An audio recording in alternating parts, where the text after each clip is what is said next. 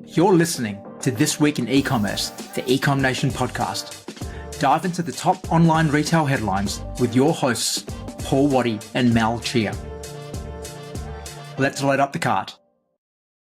This Week in E-Commerce, episode 66. I am Mal Chia, and back with me, Paul Waddy. Paul, how are you? Black Friday's over. Black Friday is over. Cyber Monday today, though. Well, for those listening, it'll be whatever day it is. Wednesday, yeah, Cyber Wednesday. Yeah, interesting, really interesting week. Obviously, some great results. Who is Elijah did really, really well. Mm-hmm. G'd Up did really, really well with their drop. Bought a few things. Definitely bought a few things. Still a few things on the way. Did you end up finding your Axel, getting the Axel Arigato? You said you were looking out for them. I knew they wouldn't go on sale, and they didn't. But I bought from Culture Kings. They were super fast delivery. Shout out to them.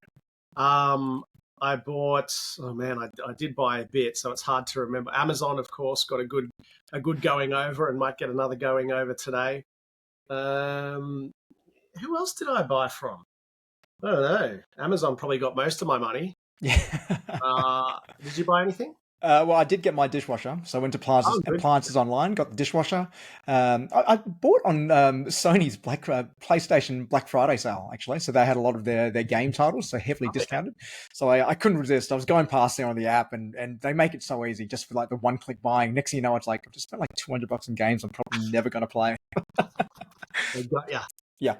I was like, oh, wow, that game's like 60% off. It's like, great, I'll buy it. But when am I going to find the time to play it is always the question. A lot of clothes for the kids, birthday presents, Christmas presents through this period. So definitely the credit card got a good working out. But yeah, like you said, a lot of clients did very, very well. One thing I found really interesting though, Paul, is the number of people who were just doing these like random gimmicky little discounts towards the end. Yeah, like quite a few brands were just like getting like buy today and win an iPad, buy tomorrow and get your rent. And then it's like, oh, extra 20% off, extra 10% off. And then I was like, what is going on? I just felt really bombarded this year, particularly by SMSs, more so than I have in previous years, which is saying something. Yeah, I think everyone generally went pretty hard just going through my SMSs now. There's a few of them. Yeah, the giveaways was interesting. I've never really known whether, I mean, it's like giving away some AirPods. Yeah, am I really going to go in the draw to win one out of 10,000, go in the draw with 10,000 other people? Probably not going to get me across the line. Like I'll probably just buy the AirPods. But yeah, maybe it works, maybe it doesn't. I don't know. I guess people just trying to stand out and, trying different things. But I guess there's no surprise that the really strong brands, the ones who probably don't go on sale all the time, did well. The ones that prepared really well, I think, went in with good time to prep, lots of creative, lots of testing. I mean, the hard work's really done before November, isn't it? Like you kind of know whether or not you're going to succeed before November. If you're worried about November being the month that saves you, you've probably got bigger problems. But yeah, I think really strong brands tend to do pretty well when they go on sale, right? Well, it's interesting. And we did have a listener question come through from a friend of the podcast, Robina Carlson, who asked the question, and this is from a conversation on LinkedIn with Tara Leach, where Tara was asking, when does it become Black October? And she was saying that she didn't even know when Black Friday actually was because of all the communications with Black Friday sales starting. She's like, well, which Black Friday is it? And eventually she just turned off because there was all these messages to like try to get her to buy now. And she was like, I don't know when to buy.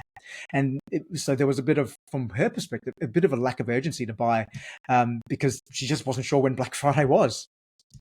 That's a pretty interesting point.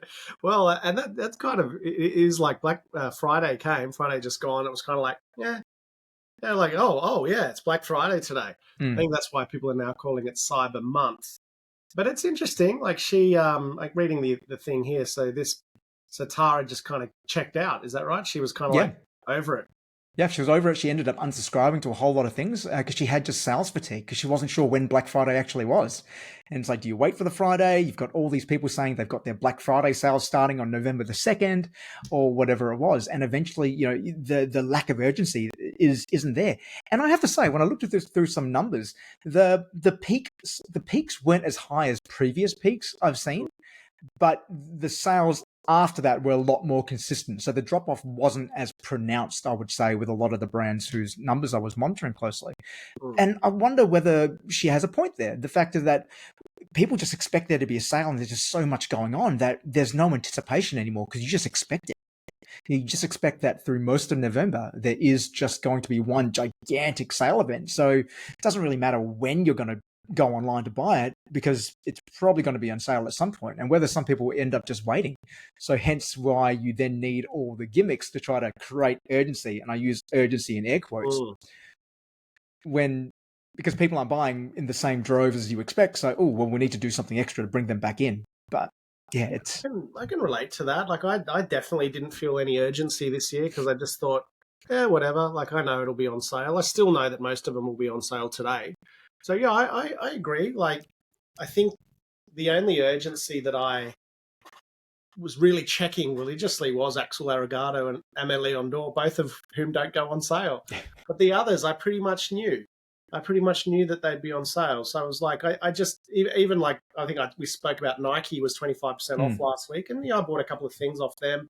But again, it took me 3 or 4 visits because I just was like, yeah, it's fine. Like I know that they're going to be on sale. So I reckon there's a point to this because I reckon there's some brands now that I think about it that I went to check out. And again, because there was no urgency, I just dropped off and I haven't gone back to them because I just know that I didn't have to. So they've probably actually missed my sale. But again, I'm a sample size of 1 or 2 with Tara. But yeah, I guess it's really interesting. It's like it's definitely lacks its kind of, it doesn't seem to have a crescendo like a climax anymore, does it? Like it's kind of a bit of a, yeah, whatever. It's all yeah, because I think we're just on sale for far too long, and with the fact that you expect October to be super soft because people are waiting for sales in November, that's exactly what happens. Then you keep bringing your sales forward, and it just doesn't feel that special anymore. That everyone's doing it, and like you said, the excitement isn't there. There's no crescendo. There's no real just sense of anticipation about what are they going to do.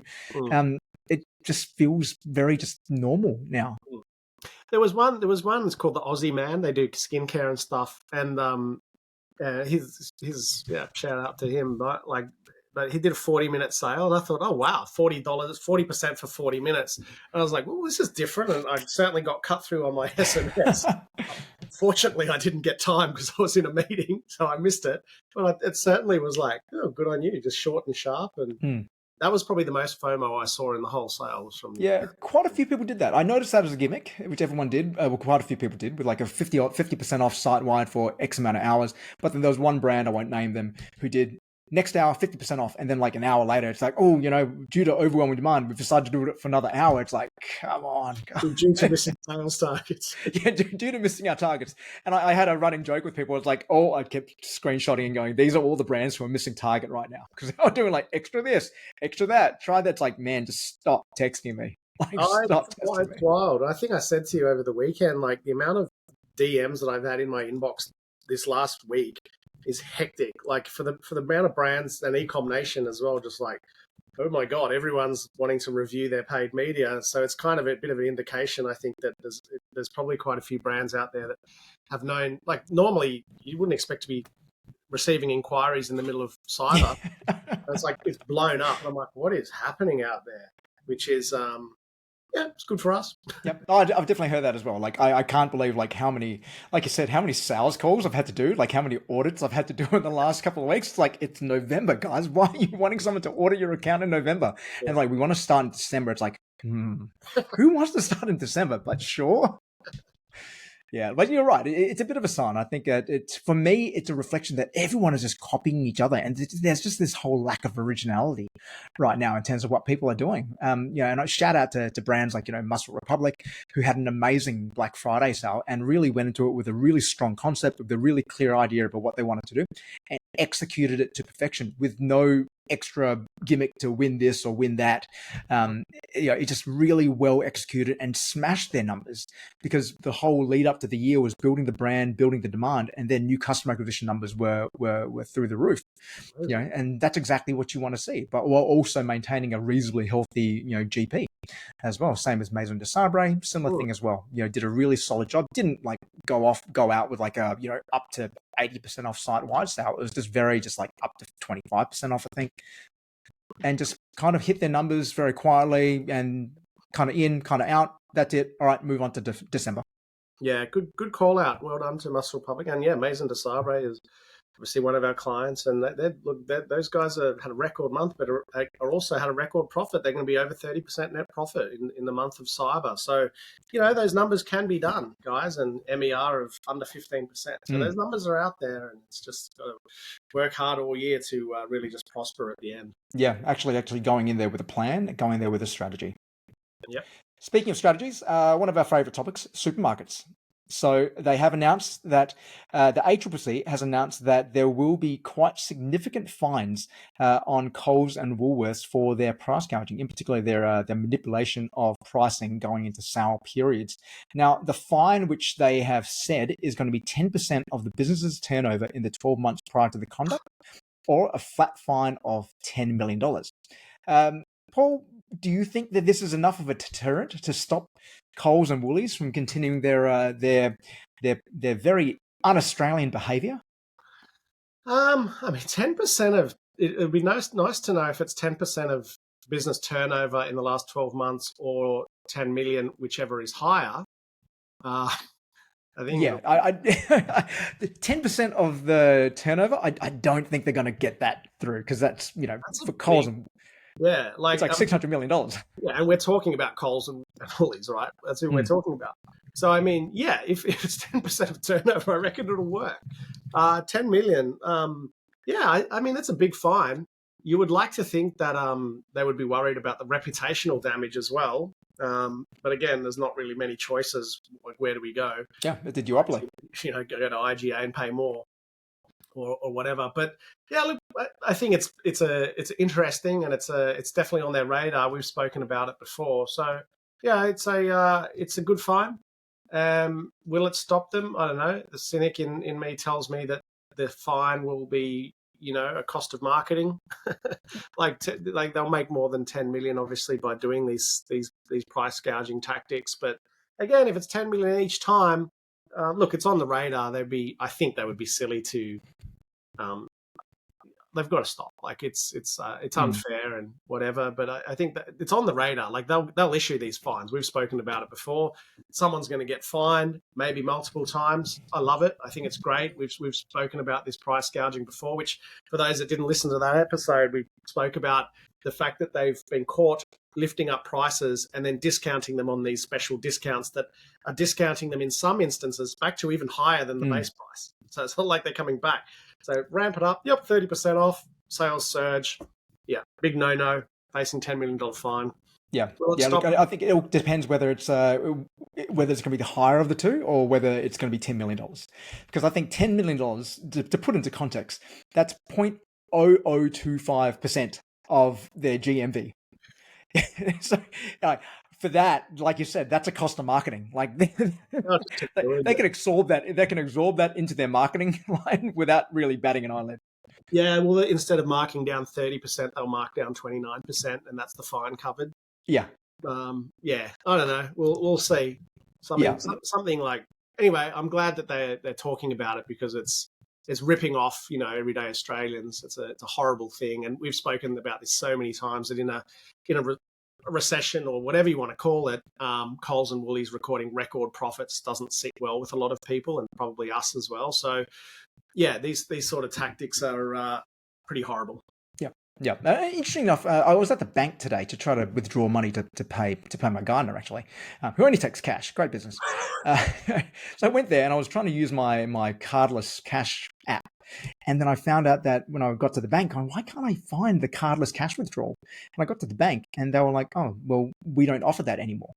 And I was like, what? Why did they stop offering cardless cash? And apparently because people are using it less and just using the digital wallet instead, you now need to have your physical card to withdraw cash. I'm going, when did this happen? And the other industry, which is doing incredibly well right now and recording massive profits, are banks, who are earning more and more, but providing you with less and less. Well, I mean, the two favourites, banks and supermarkets. Yeah.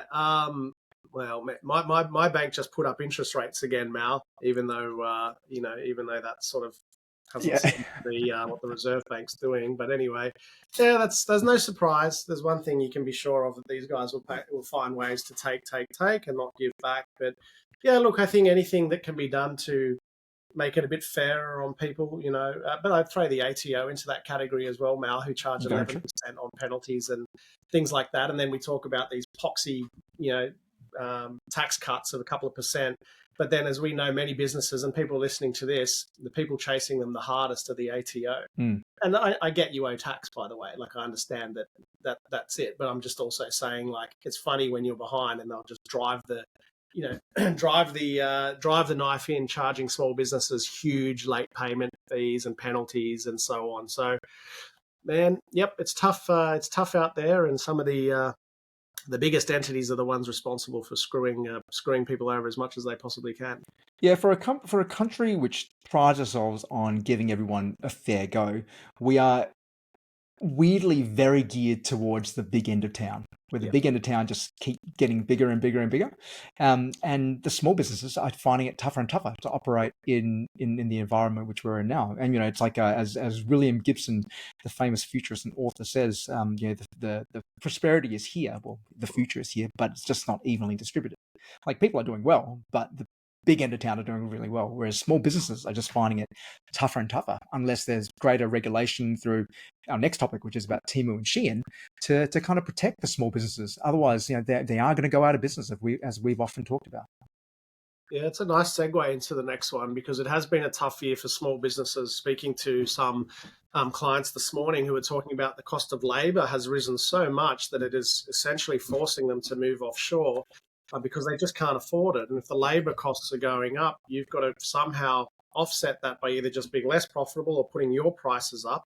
And of course, the government, inflation is all about putting your prices down, but you can't put your prices down when the labour costs are going up. Then you throw in Temu and Shein, which this article that we're talking about here from Inside Retail says that how Temu and Shein drive up Black Friday marketing costs for US retailers. We spoke about that quite a while ago with Meta costs, when things were, e-commerce was a little bit slow, but Meta were reporting record revenue rises on the back of increased spending. And we were like, who the hell's spending this money? And it was, your big Temus and your Sheins coming in and driving squillions of dollars through Meta. We've also spoken about Meta's costs going up, I think 11% and so on. So this all leads to like a really, really tough time for small businesses, particularly if you're a business that is dependent on Meta, like the majority of your revenues coming through Meta. It's just getting harder. MERs are going up and up. And then your point is like, yeah, exactly. So small businesses, we've reported that Temu is the fifth biggest online retailer in Australia. No, Shein is the number one online fashion brand, which is crazy. Fashion past the Iconic. So that's like, that's a big chunk of money out of the economy for, e-commerce businesses and retailers as well. I know we speak about it heaps, but it's like, that's massive. And so what do we think is going to happen next year? Well, they'll get bigger and bigger and bigger, and more Australian businesses will close down quickly. Well, just from an advertising perspective, you just can't afford it, because every year anyway, your advertising costs on average go up 20-30%. That's just the way it's been for many, many years as more competition goes into the market. But now you have these two players in particular who are very aggressive and don't really care, as we've often talked about getting a return on that dollar spent. Either. So your ROAS is going to suffer, because they are willing to bid really, really low, at a really, really low ROAS target, to be able to get the sale, to be able to get the click as well.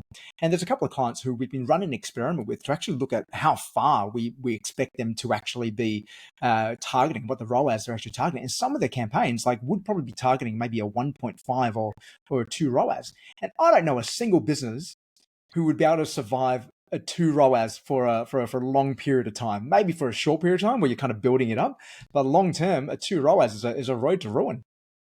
Yeah, and again, we've spoken to our friend Jing from eShopping Group, who said that these Chinese suppliers, well, they're manufacturers that are Mm, listing on these sites, right? So she said they're just happy to get the customer. They're happy to get a 10% profit. For whatever reason, cost of labor is significantly cheaper in China and so on. So those guys are happy with literally, they're probably making a bit of money on a 1.5 ROAS, whereas we are not. mm, So I think we've said it many times before. You can't outspend Temu. You can't outspend Shein. If that's your strategy, you're gonna get crushed because they're coming for you. They're here, but the scary thing is they're not. They're just getting started. They're mm. both relatively new to the country, so they're just warming up. That's the scary thing. Yep, absolutely. Which is why we do need some regulation in the space to allow Australian businesses to actually continue to thrive and flourish and actually survive through all of this. But I think the big takeaway for me though is that these guys are playing very bottom of the funnel. They're going very much on price. They're going very much on just like saturate the market and saying, hey, you can buy that thing which costs $20 over there for $5 over here, which means that you have to build preference for your brand, which is why like any brand I'm working with where I see these numbers and I can see Temu really starting to eat into the market share or Shein, it's all about how do you focus on your value proposition? What is going to make you unique in market so that someone would look at you and buy from you rather than Temu or Shein? If you don't know what that is, then you're dead on arrival.